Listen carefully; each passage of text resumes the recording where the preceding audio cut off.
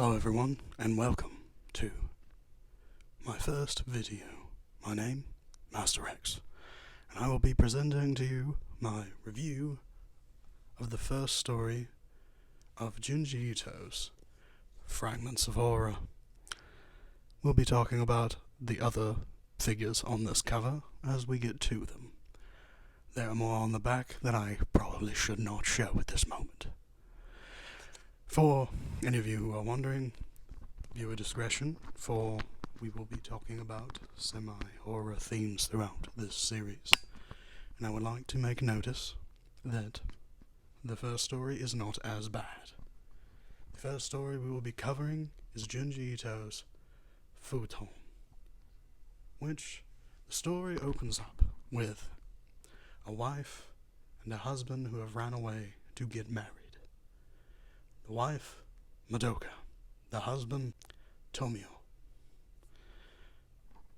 Real Romeo and Juliet vibes here, except, they didn't commit self-exit game, as you would say.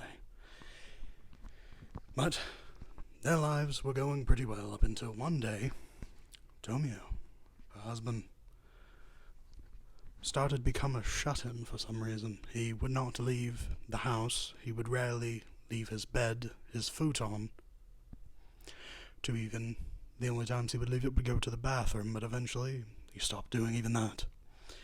He ended up shutting himself away entirely. Every once in a while he would speak with one eye peeking out of the futon and say, "Do you not see those dark-natured spirits?" And would point into the corner of the room as if there was something there. But to poor Madoka, there was nothing there. She had to take on the brunt of all the house laboring, and also the general work outside. She got a job in a factory to try to fund her and her husband's sudden exit from their original family's lives, so they could get married and such, as I would assume, seeing as some of the stuff later on, why the parents probably did not want them to get married. Either way, after a few months of laboring, I presume, she comes home, tired from work and taking care of her husband. She goes to bed.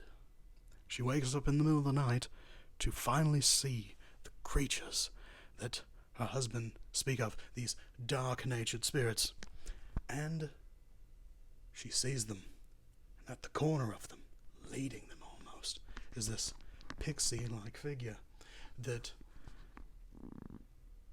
we learn from Tomio that he actually cheated on his wife with this figure. She was a witch, per se.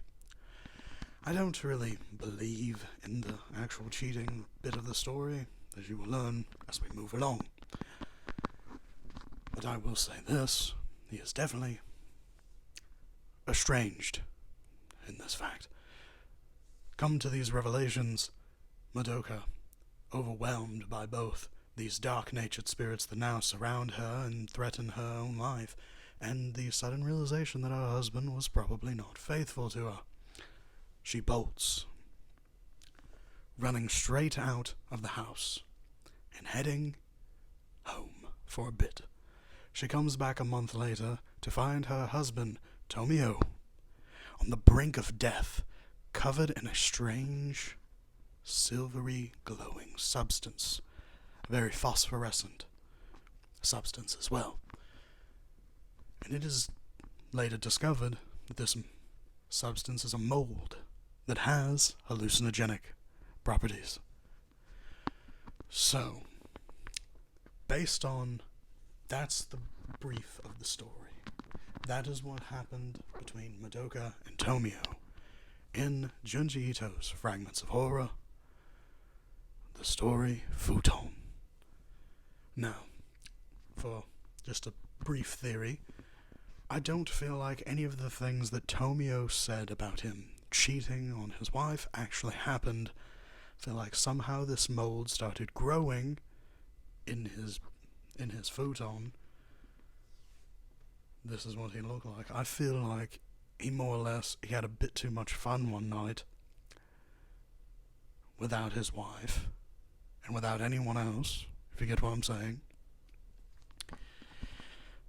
But I feel like this mold happened, and he imagined all of it. He said the woman in the story was acting strange one night, so that implies that he spent multiple times with her. So I feel like this is more or less just a work of the mold itself. And then feeling that same sentiment is kind of the reason why my rating for this one is probably the lowest of all the Junji Ito stories that I've ever read. Because, in fact, I gave it a 5 out of 10. I know, it's quite sad. It's an interesting story. I would still recommend it as a first-time read of someone who has never read a Junji Ito story, especially if you're not a big fan of reading, because it is only a few pages long. It's less than 10 pages long. You can breeze through it in about a minute if you are a fast reader, and you can, there's beautiful artwork in it, such as the instance of the Dark Spirits, that I would definitely recommend people who have never actually seen a Junji Ito work. It is by far not the best in terms of horror, but it is definitely pretty good in the aspects of whenever you first see everything, you have a completely different idea, because whenever I first saw the Dark-Natured Spirits, I thought that he actually dated a witch for a brief point in time, and which, pun intended, I think, he more or less actually might have gotten cursed. But the last couple pages really kind of ruin that theory, with the fact that you see the mold and then you learn that it's hallucinogenic, and that really adds the flavor of that it really wasn't actually all happening, that he just hallucinated every bit of it. And the fact that the mold is hallucinogenic, I do believe that it might have also gotten over to his wife, who was his caretaker. So I feel that by the end of it, she started to get the effects of it, and I would assume that it is probably airborne in its hallucinogenic substances. But knowing all of that, I would still give it a 5 out of 10. It is a fantastic short read. If you're not much of a reader, I would recommend it wholeheartedly. But if you are one who is going into Junji Ito looking for a legit fear factor to it, just wait. We'll get there. There's quite a few more stories in Fragments of Horror. And in fact, this is actually not the first time I've actually tried to sit down and, write my ratings on it.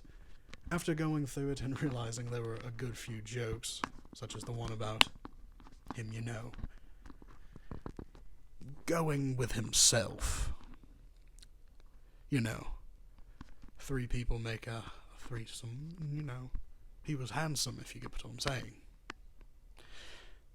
But yeah, my original rating on it was, I gave it a 3 out of 10, and that was purely based on how scary it was, and overall, how long would it stick with you in thought? Because I feel like that is something a lot of people in the horror kind of community overlook, is how long are you still afraid of something that you've seen, read, or heard? Because there's so many times that people will point out the aspect of, ooh, that was really spooky. A jump scare is by far one of those things that I feel like has really conditioned us to horror. Of an instant shock and awe of it. You see the jump scare, it happens, you're not as afraid of it a few minutes later. And by that standard, I would usually feel, I will say this, I'm no horror connoisseur. In fact, I will watch a horror movie where it is 100%, the Jason hunting people down, and then a few years ago, I would not be able to sleep that night. Either way, all I will have to say is, it is a good read. It is a 5 out of 10, and if you wish to join me for the next one, I'll be right here, waiting for your return. Goodbye.